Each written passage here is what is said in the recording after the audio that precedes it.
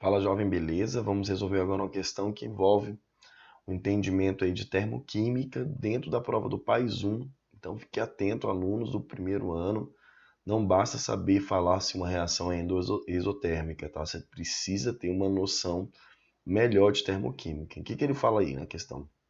Na respiração, a glicose reage com o gás oxigênio para formar dióxido de carbono e água. Na fermentação, a glicose é transformada em gás carbônico e etanol.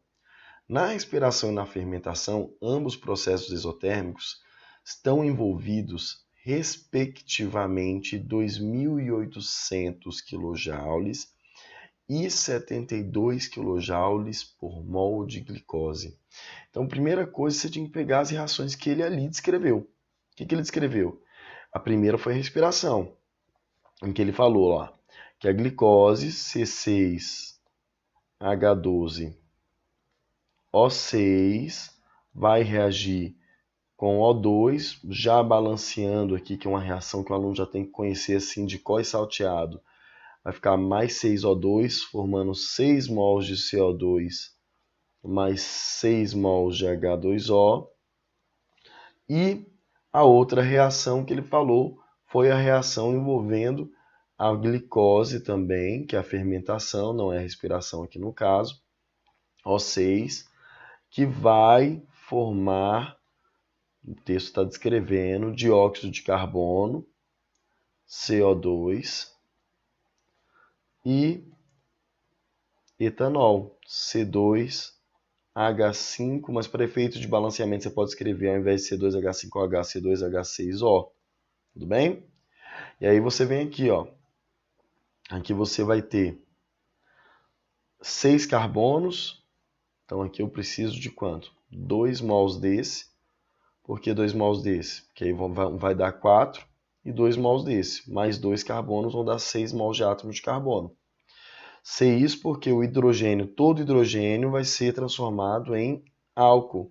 Então, para dar 12 hidrogênios, eu tinha que ter multiplicado essa aqui por 2. Não tinha como ser outro número.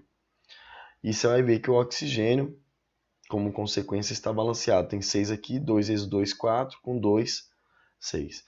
Essa primeira reação, ele falou para a gente que é um processo que tem um ΔH, que libera 2.800 kJ por mol.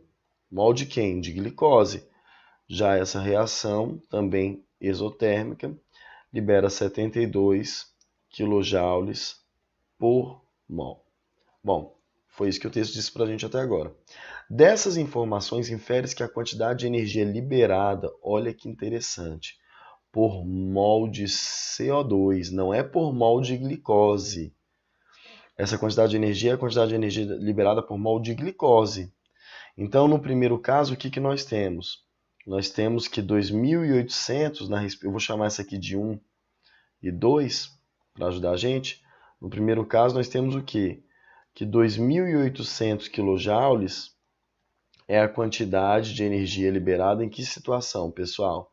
É a quantidade de energia liberada quando eu libero quanto de dióxido de carbono, que ele quer saber em relação ao dióxido de carbono, quando eu libero 6 mols de dióxido de carbono, certo? Então, essa é a primeira relação. Mas como ele quer saber por mol de CO2, você vai fazer aqui, então, a cada mol de CO2, quanto de energia que eu vou estar liberando. Entendeu o que foi feito? 2.800 kJ é a quantidade de energia liberada em 1 mol de glicose, mas também é a quantidade de energia liberada em 6 mols de dióxido de carbono. Tranquilo, pessoal? E aí, fazendo essa regrinha de 3, é muito tranquila. O aluno, nesse caso, ele dispõe da calculadora.